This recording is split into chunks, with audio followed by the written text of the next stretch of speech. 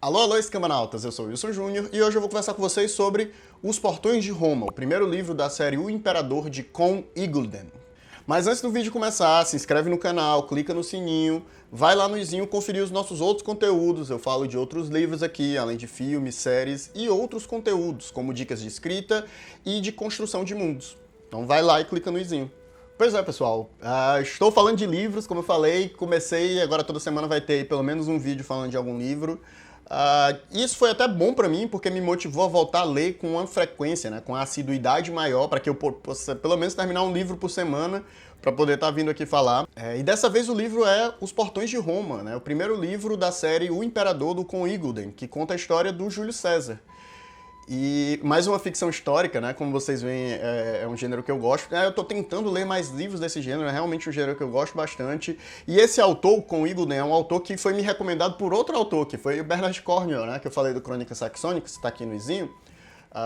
Esse é um autor que o Bernard Cornwell recomendava, né? Um dos autores que ele recomenda. E eu fui lá conhecer a obra dele. O Con Iggulden, ele escreve ficções históricas também. Ele tem as 3 sagas mais famosas deles, uma delas é essa, dos Portões de Roma. Ele tem uma sobre o Gengis Khan e ele tem outra sobre a Guerra das Rosas, que por sinal é uma das inspirações no mundo real do Game of Thrones, né?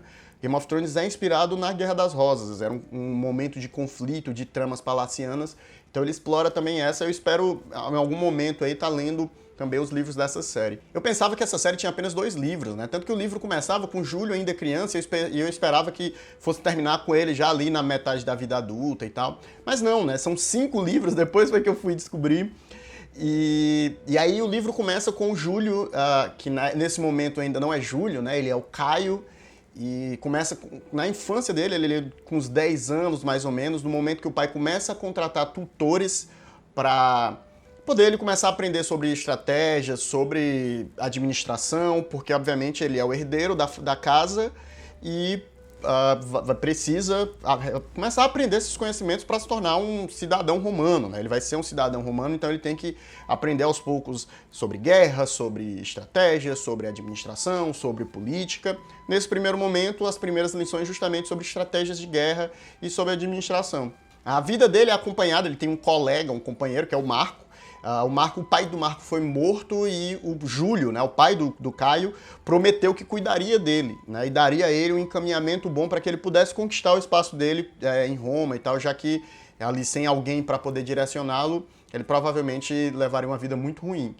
E aí a gente vai se deparar ali com esse personagem, que é um menino bem assim agitado, bem afoito, e ele tem uma mãe muito doente, né? Essa doença que provavelmente a gente vai ver nele também no futuro. A mãe sofre de convulsões, né? Hoje em dia existe um debate histórico que coloca que o Júlio César sofria, né, de uma condição médica que fazia ele ter convulsões.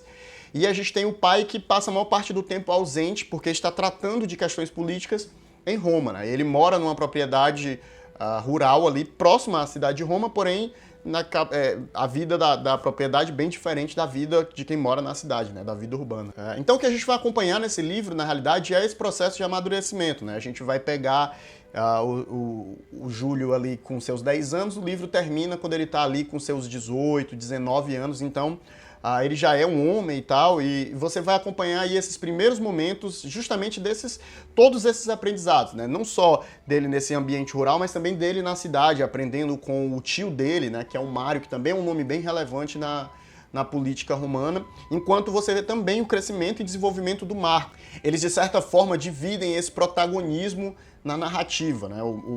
Enquanto o Mário está num outro lugar, o Júlio está nesse lugar, ambos estão aprendendo, os tutores que ensinam ao Júlio também ensinam ao Marco, então eles dividem de certa forma. Obviamente a gente vê que a narrativa é obviamente mais centrada no Júlio, mas existe ali um protagonismo também que é colocado para o Marco. É curioso você ler ficções históricas porque você sabe meio que o destino dos personagens, mas aqui, como a gente está observando uma romantização de coisas que normalmente não aparecem nos livros históricos, uma coisa até que o próprio Con coloca nas notas históricas dele é que não existem muitas informações sobre a infância do Júlio. Apesar de que em Roma, né, era muito comum escreverem biografias de grandes nomes, de grandes líderes, até dos inimigos os romanos tinham o hábito de escrever bastante, principalmente quando era um inimigo notório, relevante, que tinha grandes feitos.